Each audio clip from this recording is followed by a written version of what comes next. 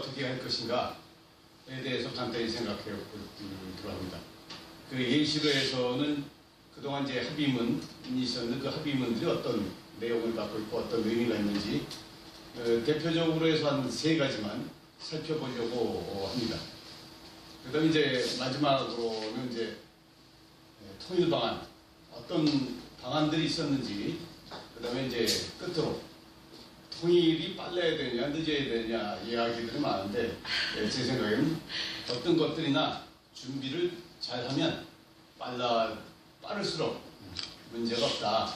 문제는 제 준비를 안 하고 엉뚱한 이야기들을 하고 있으니까 통일은 늦어도 통일이 돼도 이제 문제가 된다. 이런 서두에 말씀을 드립니다. 그러면 제가 30분 내에 마치기 위해서 빠른 속도로 하겠습니다. 저는 이기묘라고 합니다. 성동구 행당동에서 나면서부터 계속 살았는데 어떤 사람은 나서부터 계속 사는 게 무슨 의미가 있냐라고 하는데 이제 그 베일을 벗겨드리겠습니다. 활동은 지금 그 AOK 액션 온 코리아라고 하는데 이제 제가 공동대표 활동하는데 여기는 이제 미주, 그다음에 독일, 그다음에 프랑스 이렇게 몇 군데 국제단체하고 했고 이제 처음 만든 거는 미국 LA부터 이제 해서 만들어서 활동을 하고 있습니다. 그다음에 이제 6.15 남측위원회가 이제 전국하고 해외까지인데 그 서울 쪽에 이제 공동대표하고 있고 또 평화연방시민회의가 금년에 만들어져서 작년에는 이제 평화협정행동연대라고 했는데 시민회의에서 이제 일을 같이 하고 있고 제가 통일 활동을 하면서 처음 만든 게 모두행복 통일 포럼이라는 게 있습니다. 통일을 해야 되냐 말아야 되냐 어떻게 해야 되냐라고 하는데 저는 통일은 모두의 행복을 위한 것이어야 한다라고 해서 모두행복 통일 포럼 만들고 제가 스스로 이렇게 해서 지금 이제 페이스북하고 SNS상 하면서 어쨌든 방에 와 있는 분은 한 1,500명 정도 이렇게 같이 하고 있습니다. 그 다음에 이제 별도로 이제 동학 실천 시민연대에 있는데 거기서 이제 통일위원장 하고 이제 그 외에는 한 20여 개 단체 제가 일반 회원으로 활동하면서 후원하고 시간 되면 참여하고 있습니다. 또 연구 활동은 현재 이제 건국대학교 통일문학 그 박사과정 마지막 학기에 있고요. 그 직전에 이제 북한대대학원에서 세계 경제 문화를 연구했습니다. 그 전에 이제 경제학 경영, 그 다음에 이제 역사, 철학 그렇게 했었는데 어쨌든 그 통일이 종합적인 거다 보니까 자연스럽게 하나하나 의미 있어서 했습니다. 회사는 공무원연구공단 이렇게 다녔고 가족사를 말씀드리면 아버님은 이제 개풍군 중년 38선 미친데 전쟁 나고 이북이 됐습니다. 임진강 건너 인민군 초소가 있는 곳에서 출생하셔서 7남매 막내로 혼자 남쪽에서 살다가 돌아가셨습니다. 전쟁 날 때 큰 형님과 함께 행당동에서 사셨는데 이승만 대통령이 북진하고 있으니 안심하라 하면서 자기가 혼자 도망간 일을 알고 계시죠. 그래서 이승만의 그 거짓말을 믿고 큰 형님은 북진한다는 말에 북으로 올라갔습니다. 그러면서 어디 가지 말고 꼼짝없이 기다리라 한 것 때문에 행당동을 떠나지 않고 돌아갔을 때까지 살다가 가셨는데 아직까지 안부도 알지 못하고 있습니다. 사실 이거에 대해서는 안부를 알고 이게 되면 국가보안법 위반으로 깜빵을 갖고 모르면 속이 답답해서 속이 찢어져 죽을 것입니다. 하여튼 두 가지 이러지도 저러지도 못한 상태로 살았습니다. 어머니는 이제 행장동에서 결혼하고 개풍에 올라가서 살다가 사실 뭐 거기서 뭐 해먹을 것이 없었죠. 그래서 다시 전쟁 전에 행장동 내려왔는데 전쟁으로 인해서 이제 이산가족이 됐죠. 북의 시댁 형제들과 이제 정이 있어서 그분들을 만나기 위해서 전쟁기에 집을 안 떠나고 계속 살았습니다. 그러면서 집에서 계속 있다 보니까 집에서 폭격도 겪고 그러면서 중공군, 인민군, 미군, 국군 모두 이제 번갈아며 우리 집을 다 들어왔는데 그 중에 한번 이제 겪은 것 중에 중공군이 분명히 들어왔는데 발에 보니까 동상 걸린 상태에서 벗은 발이 다 찢어진 그런 상태를 보고 이불을 찢어서 동상과 신발을 감싸줬더니 이 아이가 중국말로 줄 알았더니 인사를 꾹꾹하는데 우리말로 고맙습니다 라고 하는 거를 깜짝 놀랐다. 저는 그때는 듣고 그런가 보다 했는데 나중 생각해보니까 왜 중국분인데 왜 우리말로 고맙습니다 했을까. 근데 그 중공군이 나가고 곧바로 또 다른 그 젊은이가 또 들어왔는데 그 사람도 역시 그 동상거리는 발로 벗은발이 다 터져서 들어왔습니다. 아마도 그 동료인 중공군의 말을 듣고 저 집 가면 보호해준다라고 해서 들어왔던 것 같습니다. 역시 남은 그 이불을 더 오려서 발을 이제 쌓아줬더니 그 아이도 역시 우리말로 고맙습니다 하고 나갔는데 나이는 17에서 18 정도 돼 보였다 라고 했습니다. 결국 중공군은 상당수가 조선족이 함께 포함되어 있었다는 사실이 여기서 주로 이제 국군이 들어왔을 때는 어떤 일을 목격했냐면 이렇게 어머니처럼 중공군을 도왔다든지 인민군을 도왔다든지 조금이라도 그런 흔적이 있으면 바로 손가락질로 가리키라고 해서 바로 우리 행당동 뒷산으로 끌고 와서 모두 사살을 시켰는데 어머니는 동네에서 인심을 많이 얻은 탓인지 그렇게 손가락질 지목당하지 않아서 살아 계셨습니다. 조부모와 큰아버지 부모들 직계 친척들 모두 북한에 계십니다. 연락이 전혀 안 됐습니다. 이산가족 해서 어느 정도 통일부에서 통계를 내고 있는데 그거는 가짜에 불과합니다. 전체 이산가족이 700만 명이라고 했는데 지금 1세대는 거의 돌아가셨고 2세대, 3세대 정도가 남아있는데 이산가족 신청조차 한 사람이 제가 볼 때는 전체의 3 내지 5%도 되지 않습니다. 이산가족 진짜. 그 이유는 저희 같은 경우에도 이산가족이라고 하는 자체가 70년대까지만 해도 반공 트라우마에 걸려서 이 동네에서 저 집 이산가족이고 북에 친척이 있다는 말이 들려있으면 저 집 빨갱이하고 연결할지 모른다라고 해서 주목을 받기 때문에 오히려 쉬쉬하고 말을 하지 않는 상황에 이산가족 신청한다는 건 어불성설입니다. 그런데도 통일부는 멀쩡하게 신청한 사람만 놓고 이산가족의 상당수가 마치 그 북에 있는 친척을 만난 것처럼 거짓말을 아직까지도 하고 있습니다. 관료는 참 문제가 많습니다. 지금은 해도 되잖아요. 지금 제가 말씀할 때까지 좀 계시고요. 여기서 의문을 제기합니다. 바로 이제 제가 통일운동에 가담한 이유입니다. 남북의 가족들, 친척들이 다 있는데 남북에 달리 산다는 이유로 전쟁 나면 우리는 그들과 싸우고 죽게 하고 우리가 죽기도 합니다. 친척이 아니라도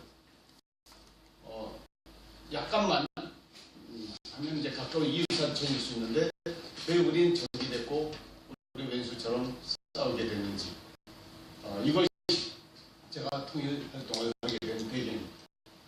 많은 사람들이 이렇게 돼서 이산가족이 있는 사람과 없는 사람과는 견해차가 상당히 많이 있는 것 같습니다. 그러나 저도 나이 30 이전에는 통일에 대한 관념도 없고 오히려 근거에 대해서 생각한다는 자체가 어머니의 신신당부가 있어서 그쪽에 대해서는 생각하지 않았는데 나중에 저는 이제 대학도 27에 늦게 가고 사회생활을 하면서 뒤늦게 의문이 나고 하다 보니까 이제 통일에 대해서 관심을 갖게 되는데 뒤에 이제 말씀드리겠지만 우리가 아는 이제 장준하 선생 같은 분 그분도 사실은 반공 반복주의자 친미주의자였습니다. 철저하게 반통일주의자였죠. 다만 이제 평화로 와야 한다라는 얘기만 있었는데 그 양반도 그랬다가 이제 박정희가 이제 유신독재 하는 걸 보고 좀 몰상식한 짓이 어디서 나올까라고 하는 걸 보다 보니까 이제 친일 매국노 신랑에게 만주인 군사관학교 안 받아주는데도 혈서 쓰고 들어가면서 이름까지 바꾸고 한 행각들을 보면서 의문을 갖기 시작했다가 7.4 남북 공동성명 내용을 보고 남북이 자주적으로 하나가 돼야 된다라고 하면서 상당히 깨달음 얻고 그때부터 이제 통일 활동을 전면적으로 하게 되면서 박정희와 대립각을 했는데 그 전만 해도 박정희와 그렇게 대립하지 않았었습니다. 그럼 최근 1, 2년 사항을 간단히 돌아보겠습니다. 많은 설명을 간단히 합니다. 뭐 자료, 뭐 사진, 뭐 허구날 텔레비만 키면 뭐 보이는 게 그런 거니까 제가 굳이 언급하지 않겠습니다. 2017년 어떻게 했습니까? 북미 간 전쟁 불사를 하는 사항이었죠. 북한은 경제 제재를 받으면서 핵무력을 완성했다라고 했고 그 핵무력 완성은 바로 화성 15형 수소폭탄 ICBM을 달면 미국 본토를 때릴 수 있었고 북극성 3형은 더 충격적이었습니다. 화성 15형은 북한 본토에 있는 거니까 미국이 어느 정도 컨트롤할 수 있었는데 문제는 북극성 1형, 2형, 3형에 해당하는 잠수함을 통해서 발사한다는 건데 이거에 대해서는 미국도 손에 들 수밖에 없었습니다. 잠수함이 미국 본토 어디에 갑자기 나타나서 본토를 때릴지는 그건 ICBM이 없어도 가능한 거기 때문에 여기서 미국은 많이 이제 쑤셔놨고 그래서 결국 이제 트럼프가 북미 협의까지 하는데 그 숱한 일부의 반대는 있었지만 그래도 가능했던 것은 역시 핵무력 완성의 연장이었다라고 합니다. 말을 못하면 어떤 사람은 북한이 핵을 가졌다라고 해서 협의가 됐다는 말, 그다음에 핵을 가졌기 때문에 제재를 당했다는 말을 하는데 그럼 북한이 핵이 없었을 때는 어떻게 했습니까? 북한이 핵이 없을 때도 북미 회담은 상당히 많은데 번번이 그 약속을 파기하는 것은 거의 90%는 미국이 파기를 했습니다. 그 어느 때는 핵이 없다. 그때는 이제 뭐냐면 북한이 핵도 없는 나라이고 미국의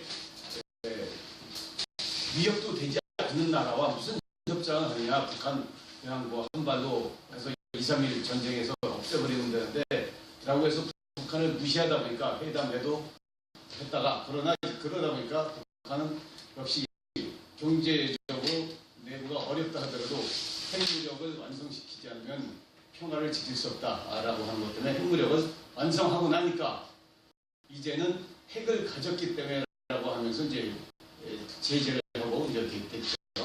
하여튼 그 이외에는 이제 다 아시는 것이 나오겠습니다. 작년에 이제 트럼프 화염과 분노, 김정은은 바로 그 말에 의해서 조금 더 불안해졌고 감에 의해서 미국 본토 공격 등에서 일촉즉발 세계 3차 야대전이 얘기됐고 이거는 미국 간의 전쟁은 단순한 전쟁이 아니라 핵전쟁이야 하고 핵 보유국들의 이해관계에 따라서 참여하게 되면 지구가 종말할 수도 있습니다. 왜냐하면 그 원자탄이 먼지화되고 태풍 바람이 실려서 전 세계를 떠돌다 보면 지구는 살 수 없는 곳이 될 것입니다.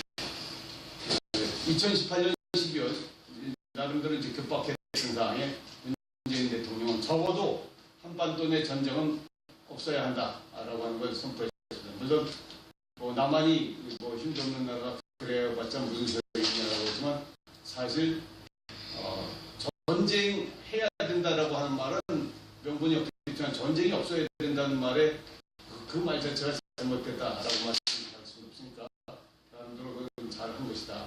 2018년 평화 프로세스가 진행됐는데 김정은 위원장이 신년사 발표를 했는데 그때 처음으로 평창 올림픽 참여를 선언했습니다. 그 직전만 해도 안 할 것처럼 하다가 갑자기 평창 올림픽 참여를 한다. 어디 뭐 할 수도 있고 안 할 수도 있는데 그러냐라고 했지만 바로 전쟁이 오가는 상황에 핵무력을 완성해놓은 상태에서 평창 올림픽 참여한다는 것은 세계를 놀라게 했습니다. 유엔의 구테스 사무총장이라고 하는 사람이 이거에 대해서 적극 돕겠다라고 해서 우호적 발언을 했는데 바로 직전에 우리나라가 핵심적으로 했던 반기문 사무총장 했던 일과 구분해보면 반기문은 평화를 위해서 통일을 위해서 아무것도 한 일이 없고 북한 한번 가보지 않았습니다. 그런데 우리와 사정이 다른 구테스 사무총장은 이런 말을 했습니다. 생각해 볼 만한 일입니다. 평창올림픽 삼지연합단 현성월 단장이 왔죠.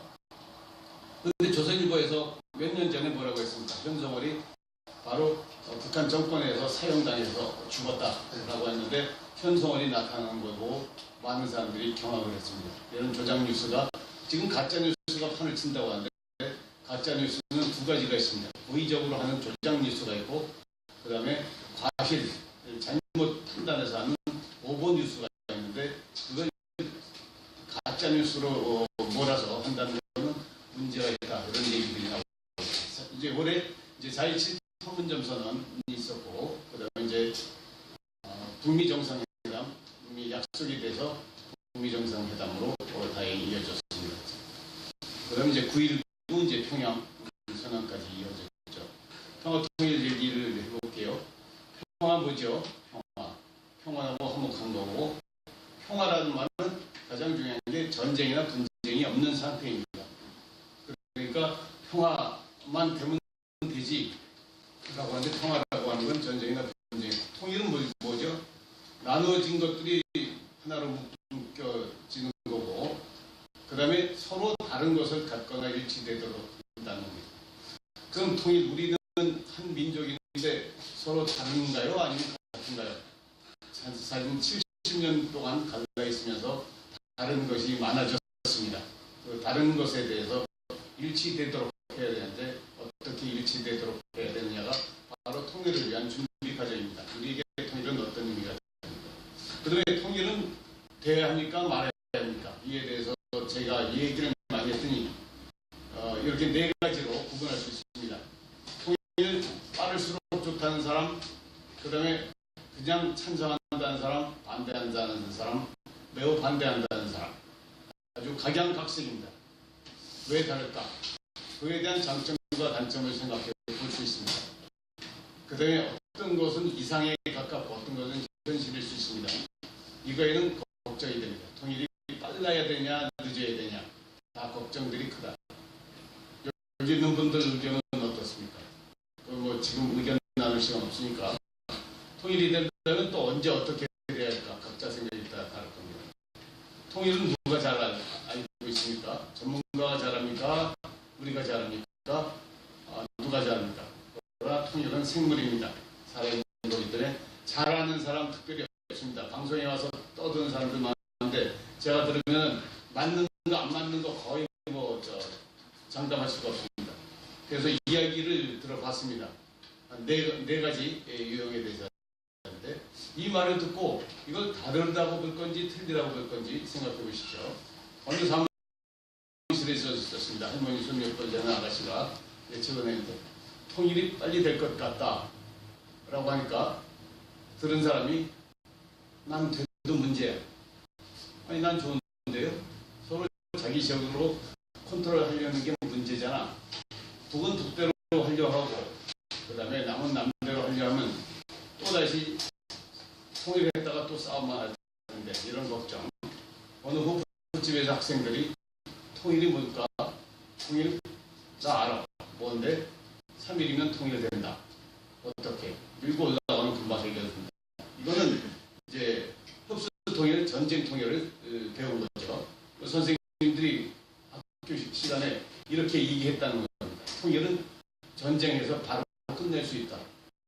이건 이제 20만 분단 상태에서 있었던 것이 아직도 하늘 주로 아파트 단지 내 벤치에서 지나가다 어떤 여성 주민들이 하는데 통일되면 좋은 거냐?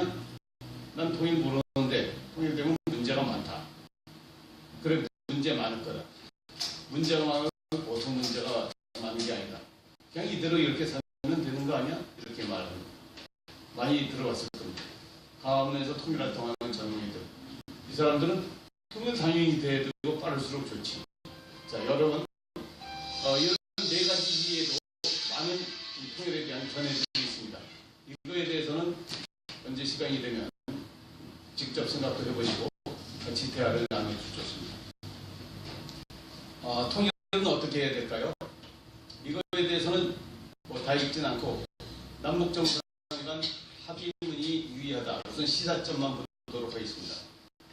합의 절차와 내용, 효력에 대해서 남한에서는 많은 논란과 이견이 있습니다. 통일을 해야 된다는 측과 통일을 하면 안 된다는 측, 평화가 필요하다는 측과 전쟁이 필요하다는 반평화, 그 다음에 보수와 진보로 갈리고 있습니다. 적어도 이런 반면에 적어도 북의 최고 책임자가 확인한 이상 이견이 없습니다.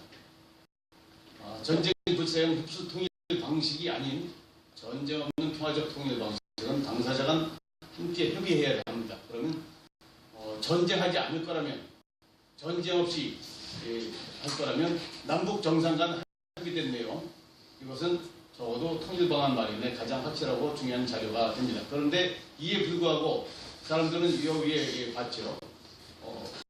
아파트 단지의 어떤 여성 주민들 여기서 중요한 말이 있습니다. 통일되면 좋은 거야 라고 했더니 나 통일 잘 모르는데 통일되면 문제가 많대. 이 말 잘 새겨들어야 됩니다.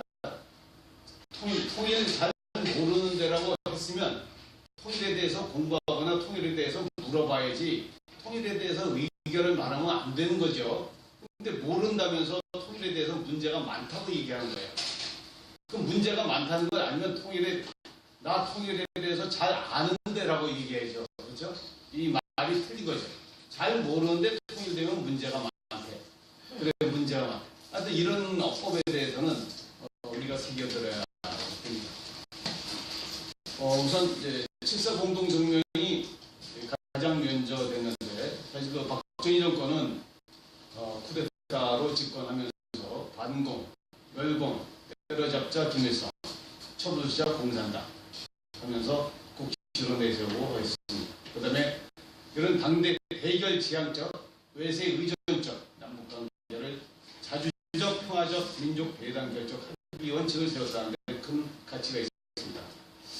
그 박정희가 왜 갑자기 어떤 이유가 인해서 이런 일을 했는지를 보면 여러 가지 배경이 있습니다. 1969년 닉슨 독트린이 발표가 됐는데 거기서 닉슨은 갑자기 긴장과 대결의 냉전 체계를 끝내자고 했습니다. 당시 베트남 전쟁을 벌이고 있었는데 이에 대해서 과다 군사비 지출, 그 다음에 많은 젊은이의 희생, 이거에 대한 국내 여론이 악화될 대로 악화되어 있었습니다.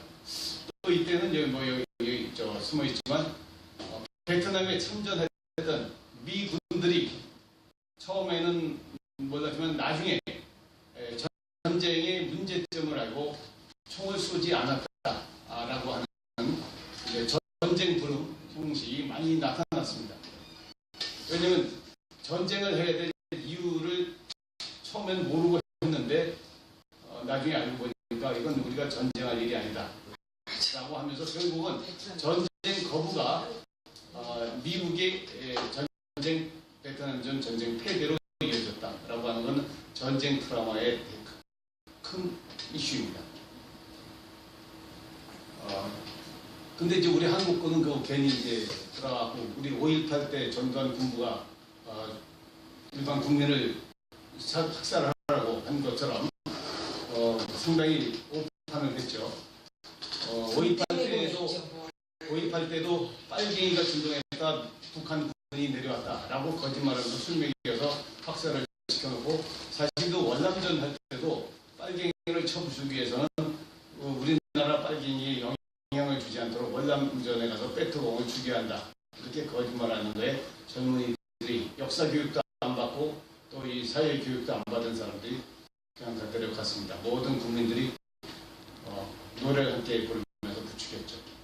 그 다음에 이제 1979년에 1월 1일 이제 대만과 단계하고 중미간 수교할 때까지 미국은 중국과의 관계 개선을 위해서 계속 69년 말부터 계속 10년간 우호적으로 하면서 이렇게 됐는데 사실 미국이 우리나라에 해방되고 나서 이제 군대를 파병할 때 했던 이야기가 뭐였고, 그다음에 이제 분단 시에 이제 참여했던 게 뭐냐면 중국이 공산화 되면서 한국도 공산화될까를 염려해서 했다라고 하는 건데, 하여튼 그거와 이거와 이제 비교해 보면 또 다시 이제 우리가 살펴볼 문제가 나타납니다. 박정희 정부는 이런 이제 냉전 해소적 분위기를 받아들여서 분갑을 7.4 공동성명을 채택했습니다. 채택했지만 사실 이행은 되지 않았습니다. 두 번째 남북기본 합의서가 노태우 정부에 의해서 이루어졌고, 6.15 남북 공동성명, 이거는 이제 김대중 정부에서 최초로 남북 정상이 전쟁까지 한 마당에 최초로 만나서 합의를 채택했다라고 하는 겁니다. 그 다음에 이어서 노무현 정부에서 14 남북 공동성명을 했지만, 바로 이때 2007년부터 2018년 무려 11년간은 어떤 상태였습니까? 다시 냉전으로 회귀가 된 걸 잘 아실 겁니다. 이명박 박근혜 정부에 의해서. 그래서 공백이 있어서 이 중간에는 거의 전쟁 설까지 갔다가 다시 이제 평화로 회귀하는데, 다시 돌려놓는 것이 굉장히 어려운 상황입니다. 왜 얼마큼 어려운지는 많이 느꼈을 겁니다. 남북 정상들 간의 합의 내용 일부만 보도록 하겠습니다. 7.4 남북 공동성명 전문을 보면 이거는 상당히 경악할 일이었는데, 저도 그때 좀 어렸지만 그래도 고등학교 막 졸업할 때쯤 얘기됐기 때문에 나름대로 이렇게 해도 되는 건가 깜짝 놀랐죠.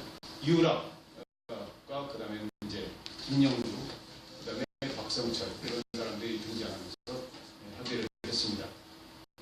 여기 내용 보면 조국의 평화적 통일을 하루가 빨리 가져와야 한다는 공통된 염원 않고 힘탄하게 의견을 교환했고 서로 이해를 증진시키는 데서 큰 성과를 거두었다.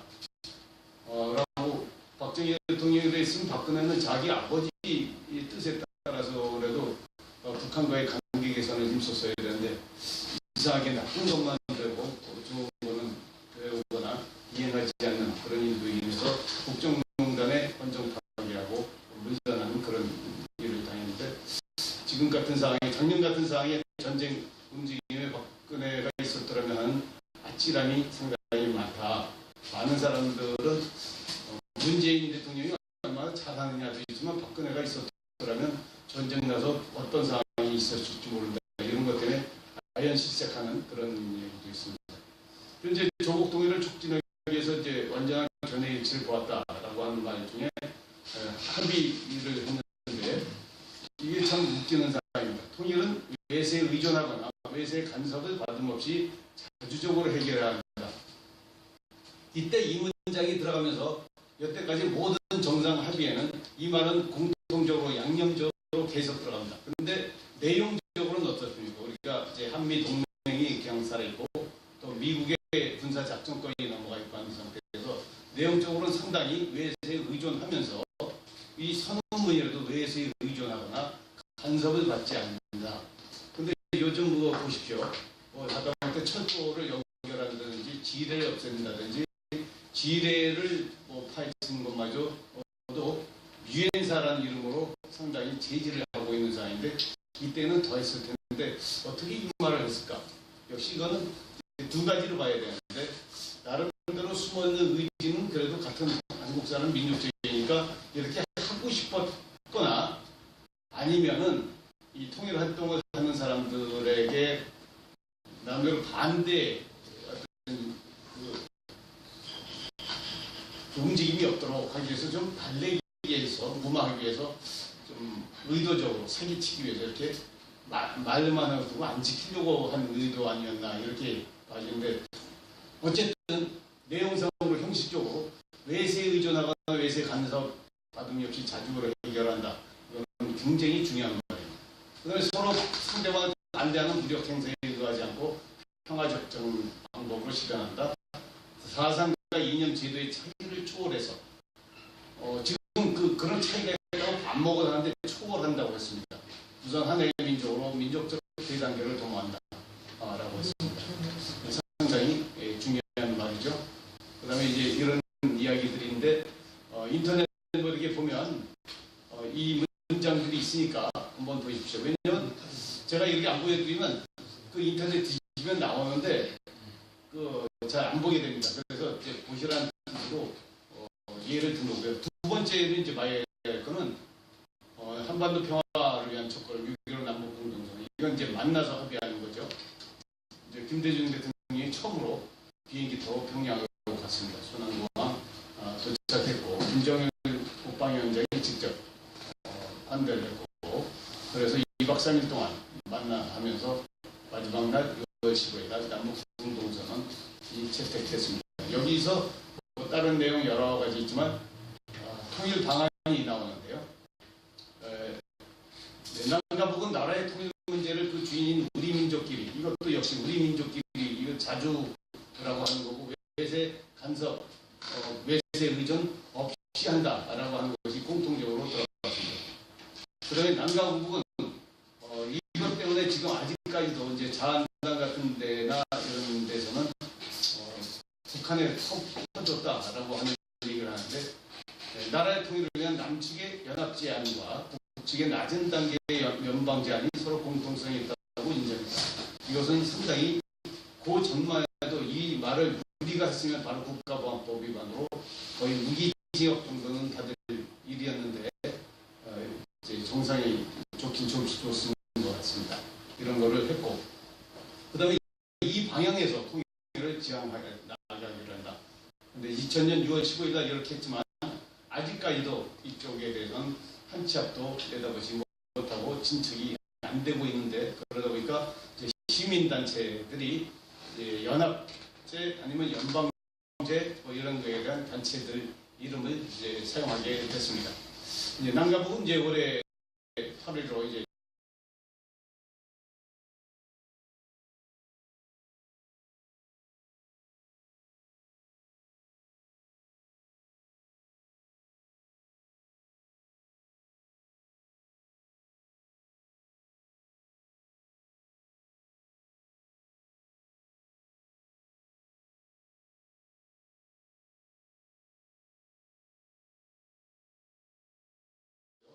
통일방안 논의인데 통일방안은 그동안 이야기한 것들을 보면 연합 연방제의 통일방안, 그 다음에 중립화 통일방안, 남북 협상에 의한 통일방안, 평화 통일에 의한 통일방안. 요 직전에는 뭐가 있었냐면 바로 그 해방 후 직전 제기됐던 것이 이제 좌우합작론, 그 다음에 이제 남북 김구 선생이 북한 가서 하던 남북 합작론, 그 다음에 그 직전에 독립 일제 강점하에서는 어떤 것이 있었냐면 무조건 독립이 되면 통일된다. 그때만 해도 이제 뭐 미군이라든지 이런 경우 점령해서 들어올 걸 얘기는 하지 못했기 때문에 독립하면 된다라고 했었는데 간단히 말씀드리면 연합 연방제는 어떤 체제냐면 연합은 상호 국가 체제를 유지하면서 평화적으로만 교류한다는 뜻이고 연방이라고 하는 것은 일부 부분적으로는 하나의 국가 체계를 가지면서 또 부분적으로 차이가 나는 것은 각자 체계를 유지한다. 그러면서 시간이 가면서 하나의 국가로 지향한다라고 하기 때문에 연합과 연방제는 비슷한 공통점이 있으면서 상당히 다른 내용을 담고 있습니다. 중립화 통일은 뭐냐면 적어도 우리나라는 뭐 수천 년 전부터 외세에 의해서 강점당하고 계속 침략당해 왔기 때문에 그런 걸 이제 차단하기 위해서는 우리 스스로 아무리 힘을 갖춰봐야 조그만 나라가 뭐 한계가 있으니까 지정학장 문제가 있다. 그래서 미일 중립 양해를 받아서 경제 중립국으로 가자라는 의견입니다. 그런데 미일 중로가 자기네들끼리도 하나가 되지 않는데 우리나라의 문제를 놓고 그래 한반도를 우리가 힘을 합쳐서 중립화시켜주자라고 하려면 만무합니다. 그런데 아직까지도 중립화 통일론을 제기하는 사람들이 있는데 어쨌든 된다면 뭐 좋은 방법이 되겠지만 현실적으로는 상당히 곤란하거나 불가한 얘기다. 워낙 좀 굴욕적인 문제 있습니다. 그러려면 이제 미일 중로의 양해를 받아야 하기 때문에 미일 중로가 그냥 해주려 놓고 뭔가 우리에게 기브앤테이크를 요구할 때 뭔가 걔네들의 요구를 들어줘야 하는 굴욕적인 문제가 있습니다. 그러나 저는 뭐 이것이 꼭 나쁘다라고 단정하는 건 아닙니다. 어쨌든 중립화 통일은 바로 언제 제기됐냐면 4.19 혁명 이승만이가 이제 물러나면서 4.19 혁명 이후에 바로 제기됐던 것이 중립화 통일 방안이었습니다. 그러나 이것도 역시 박정희가 쿠데타하면서 다 없어진 얘기가 됐습니다. 그 다음에 남북협상론인데 이것도 역시 4.19 혁명 때 제기된 겁니다. 이때 남북이 협상된다라고 하는 것은 4.19 바람 때문에 이런 얘기가 진행됐지만은 박정희가 이제 쿠데타를 집권하면서 곧 이어서는 북한은 괴멸 대상인데 어떻게 협상을 하느냐. 그래서 협상이라는 자체는 빨갱이가 하는 짓이다. 라고 해서 이걸 이제 신문에 다뤘던 민족일보의 조영수 사장이라고 하는 사람을 빨갱이로 몰아서 사용시켰습니다. 바로 직전에 평화통일론이 제기됐는데 이건 이승만 정부 당시 50년대 있었던 겁니다. 조봉암 씨는 독립운동가이면서 나도 이제 이승만이 겁을 먹을 정도로 뭐 대통령 뭐 출마도 했었고 한데 부정선거 때문에 안 됐지만 어쨌든 상당히 이승만으로서는 다음에 차기에 대선에 나오면 자리를 뺏길까 굉장히 우려했던 상황에서 조봉암을 빨갱이로 몰아서 역시 사용을 시켰는데 조봉암에 대해서는 내용 잘 아시죠? 법원에 일단 검찰에다가 이제 정부에서 고발을 했고 조봉암을 검사들이 조사하고 이제 기소를 하는 단계에서 조봉암 말을 들어보니까 조봉암이 뭐라고 하냐면 조봉암도 사실은 반공주의자였습니다. 좀 진보적이면서 반공주의자였는데 우리가 북진통일론을 하고 있지만 북진통일론은 6.25 전쟁 때 보다시피 적어도 민간을 포함해서 300만 명이나 되는 희생을 발생시켰기 때문에 결국 통일하자고 하는 건 서로 잘 살자는 건데 많은 희생을 겪으면서 통일한다는 건 문제가 있지 않냐. 그래서 가능하다면 평화통일로 해서 희생 없이 하는 것이 좋다는 얘기를 난 하고 싶다. 라고 했더니 검사가 그 얘기를 듣고 한참 묻고 하다가 상당히 합리적이고 많이 배웠습니다. 라고 하면서 조봉암은 불기소라고 했고 결국은 이승만이 역정을 내서 다시 기소를 했더니 법원에서 1심에서는 조봉암에 아무리 있는 죄 없는 죄 다 없다 하더라도 조봉암은 무죄다라고 해서 1심에서 무죄까지 했는데도 불구하고 이때 깡패들을 동원해서 그 법원 판사 요즘하고 양승태 하고는 완전히 다른 판인데 그 깡패를 동원해서 그 해당 조봉암을 무죄 선고했던 판사가 판결하는 법정을 난입해서 계속적으로 난리를 쳤습니다. 그래서 그 판사는 결국 이제 그만두게 됐고 2심에서 북한으로부터 자금을 받았다라고 하면서 죄를 덮어줘서 결국은 사형시켰는데 이제 조봉암 같은 경우는 4.19가 일어나면서 곧바로 그 다음 해에 사형당한 다음 해에 바로 무죄로 재심해서 됐지만 이미 죽은 뒤에 어쩔 수가 없습니다.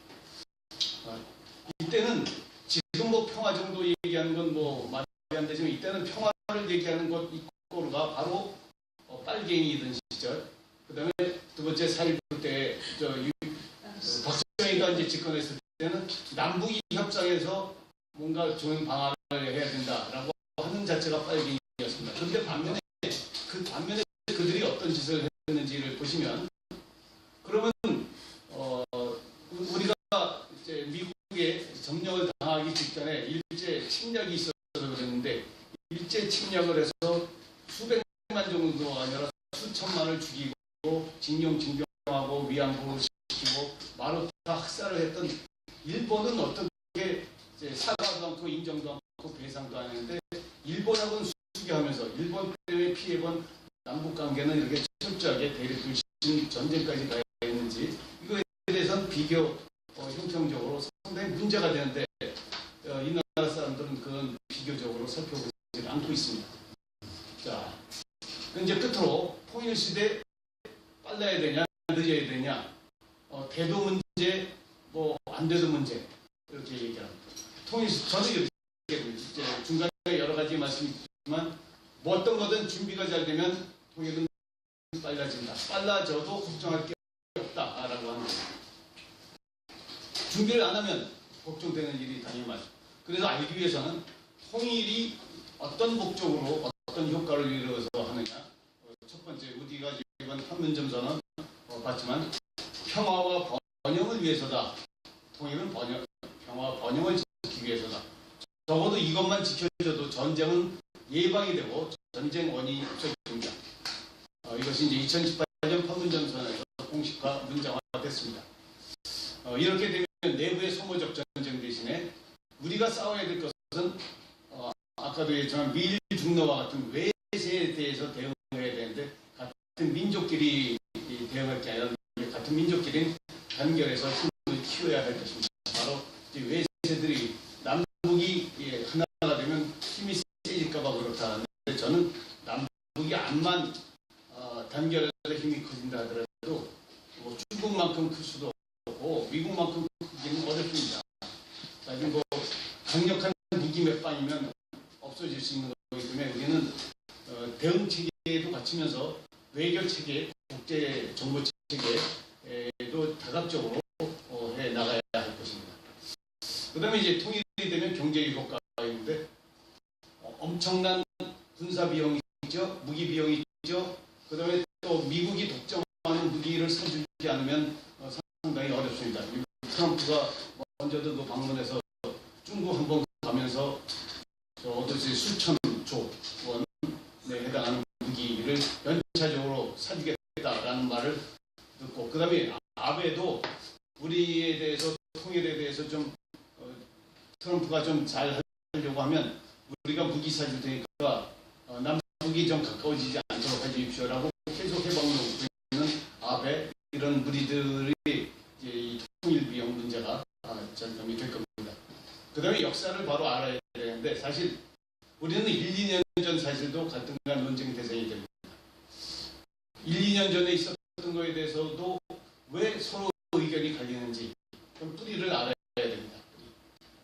저는 많은 사람들하고 얘기한 끝에 결국 우리의 반공 문제, 분단 문제, 독재 문제, 칼본 문제, 개국 문제 이 모든 거의 원인은 뭐냐면 일제 청산이 안 된 것에 있다. 이것 갖고도 한 2-3시간 정도 따져봐야 이 당시 있었던 여러 가지 비사를 하면 이 일제 청산이 고로 분단 독재 파벌에 영향을 줬다라고 하는 걸 알 수 있습니다. 오늘은 문제 제기만 하겠습니다. 그 다음에 일제 침략 전후에 독립투쟁 준비가 어떻게 이루어졌고 어떻게 활동이 됐는지 이거에 대해서는 1차적으로는 이제 1905년 이제 일사보아조약, 1907년 정미칠조약, 그다음에 1910년 8월 29일 날 한일 늑약이 이제 됐는데 그 조짐 속에서 많은 그 독립투쟁가들이 활동했지만 결국 러일 전쟁에서 패배한 러시아의 비협조, 그다음에 중국의 나름대로 타민족에 대한 대관시 이런 것들에 대해서 우리가 좀 효과적으로 대응하지 못한 이런 측면들이 있었습니다. 이거에 대해서도 우리가 좀 공부를 해볼 필요가 있다라고 하는 거고 해방은 왜 미소 양군이 왜 들어왔느냐라고 하는 건데 이때는 이제 모스크바 3.3회의 결과에서 이거 상당히 중요한 겁니다. 근데 이것이 모스크바 미소 양군이 들어와서 1945년 12월에 모스크바 3.3회의가 있었는데 이때 뭐 이렇게 말하면 지금 말해도 상관없죠.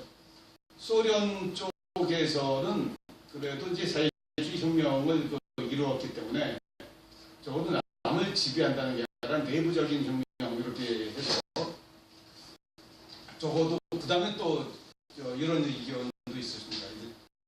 한반도는 일제 침략을 겪고 자본주의 제국주의의 피해를 많이 받았기 때문에 사회주의에 대해서 친화적이다 라고 하기 때문에 그냥 놔두면 사회주의적 정권이 들어설 것이다 라고 해서 소련은 한반도 주민들, 남북민들 자체적으로 하게 놔두자 라고 했다는 것, 이제 그런 흐름을 있고 미국에 위해서는 이제 반공 정부가 들어서기 위해서는 차단을 시켜야 한다라고 해서 이제 모스크바 3상 회의를 결렬시키는 쪽으로 이제 했는데 결국은 이제 간단히 말씀드리면 모스크바 3상 회의에서는 소련이 주장한 것은 뭐냐면 한반도 내에 임시정부, 남북이 함께하는 연합 임시정부를 만들어줘서 그들이 준비하는 동안 잠시 미소가 지원적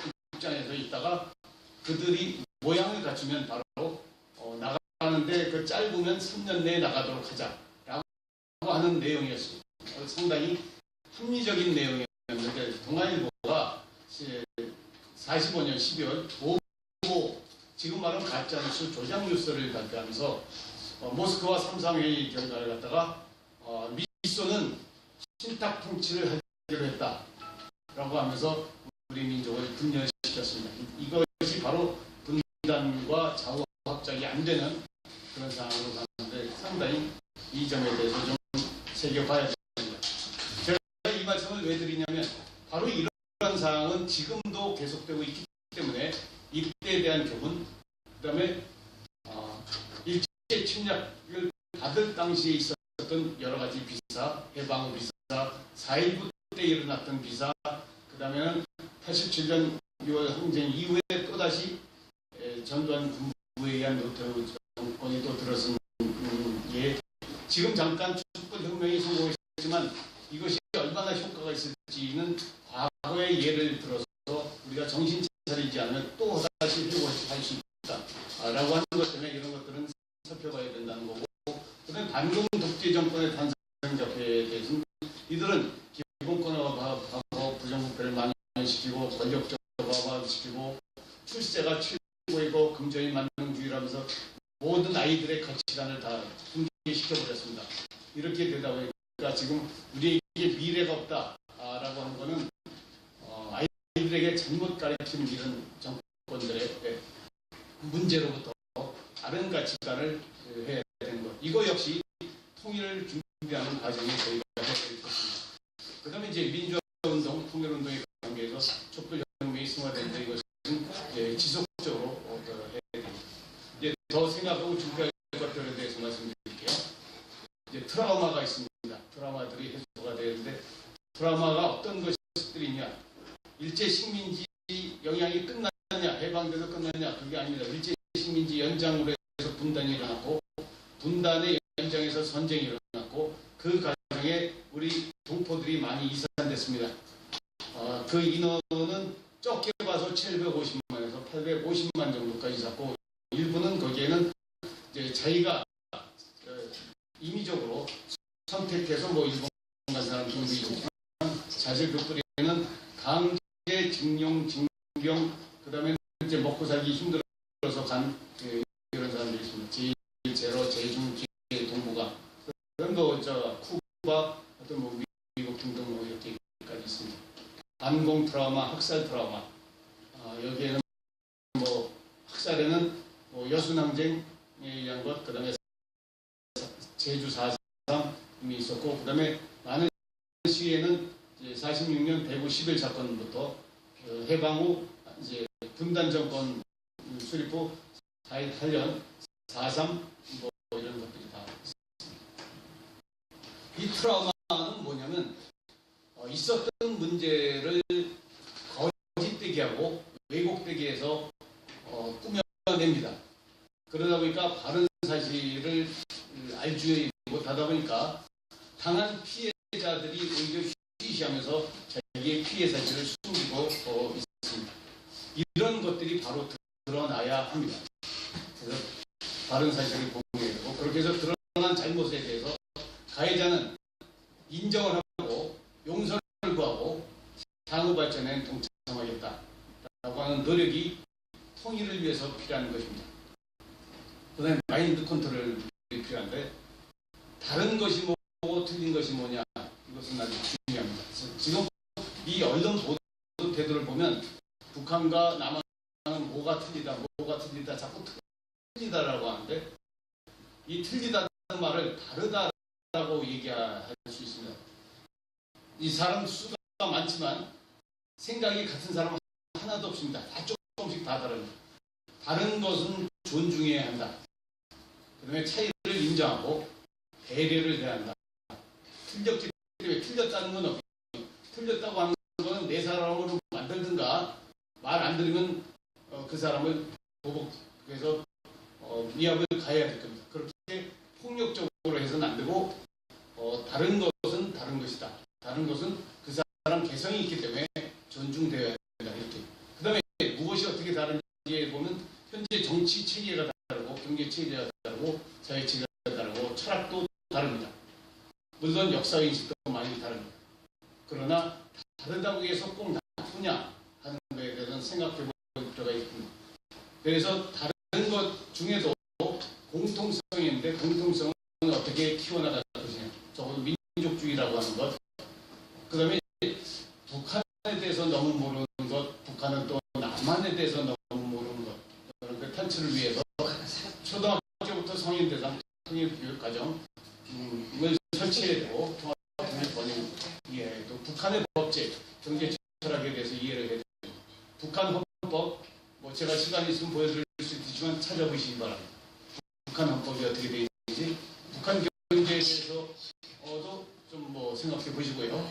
북한의 주체 사상이 뭔지, 주체 철학이 뭔지, 이것이 기반된 북한의 예술과 문화는 어떻게 나타나는지, 그동안은 이거에 대해서 100분의 1이라도 인정하면 바로 국가보안법 위반이고 현재도 이제 같은 법은 있습니다만 사실은 그렇게 돼서는 안 되죠. 군뱅이도 등도는 재주가 있고 북한이 암만 문제가 있다 하더라도 뭐 한두 가지는 잘할 수 있는데 우리나라 대법원 판례는 그동안 북한이 어떤 사람이 얘기할 때 90개는 잘못됐는데 한두 가지는 북한이 잘한 게 있어 이렇게 얘기했다가 국가보안법 위반으로 해서 10년 징역을 간 사람도 있으니까 뭐 지금에서 북한에 대해서 네 생각이 어때? 라고 말하는 거에 대해서 올바로 말하는 게 옳은지 틀리게 말하는 게 옳은지 가만히 있는 게 옳은지 상당히 헷갈립니다. 그래서 이제 그런 것들이 돼야 어울릴 수가 있습니다. 동서독 통일은 스스럼 없이 어울리다가 정치적인 통일보다는 같은 국민들 간의 벽을 부수는 일로 통일이 어느 날 이루어졌습니다. 우리도 어느 정도는 이제 정치 경제적으로 하나가 되는 노력이 쭉 되다가 이제 친해지면 그때는 우리 스스로 철저하게 걷어치우고 우리 스스로 남에서는 북한을 가고 북에서는 남한을 가고 4.19 혁명 당시 있었던 오라남으로 가자 북으로 이런 것이 실천이 될 수 있습니다. 자, 그런데 이제 동서독 통일에 대해서 공부하고 온 분들이 우리도 동서독 통일처럼 돼야 된다라고 하는데 같은 것이 있지만 다른 것이 있습니다. 자, 우리 한반도의 경우는 동서독과 어떻게 다릅니까? 우리는 일제 외침을 받았는데 그 일제는 어떤 일제인가요? 그 일제는 우리에게 외침을 하기 전에 미국과 카스트라부터 밀약을 해서 우리 침략에 대해서 같이 공동했고 바로 직전에 영일 동맹을 통해서 영국은 못 번치하겠다. 영국은 왜 못 번치한다 그랬습니까? 영국은 적어도 현재까지 16개국의 식민지를 영연방으로 거느리고 있으며 그 당시만 해도 한 30개를 거느렸습니다. 많은 그 유럽 제국들이 북미, 남미, 아프리카에서 노예를 써먹고 했다 보니까 제국주의 동맹들이다 보니까 우리나라가 당한 거에 대해서 거의 못 번치했습니다. 그러니까 독일은 어땠죠? 1차 대전, 2차 대전 통해서 가해자, 전쟁을 일으킨 국가인데 우리는 철저하게 피해를 당한 나라죠.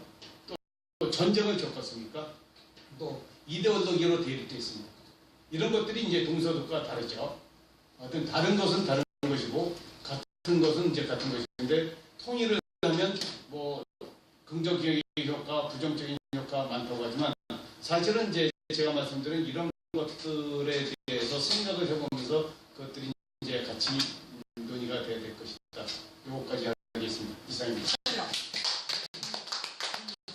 제가 딱 5분 동안만 얘기해.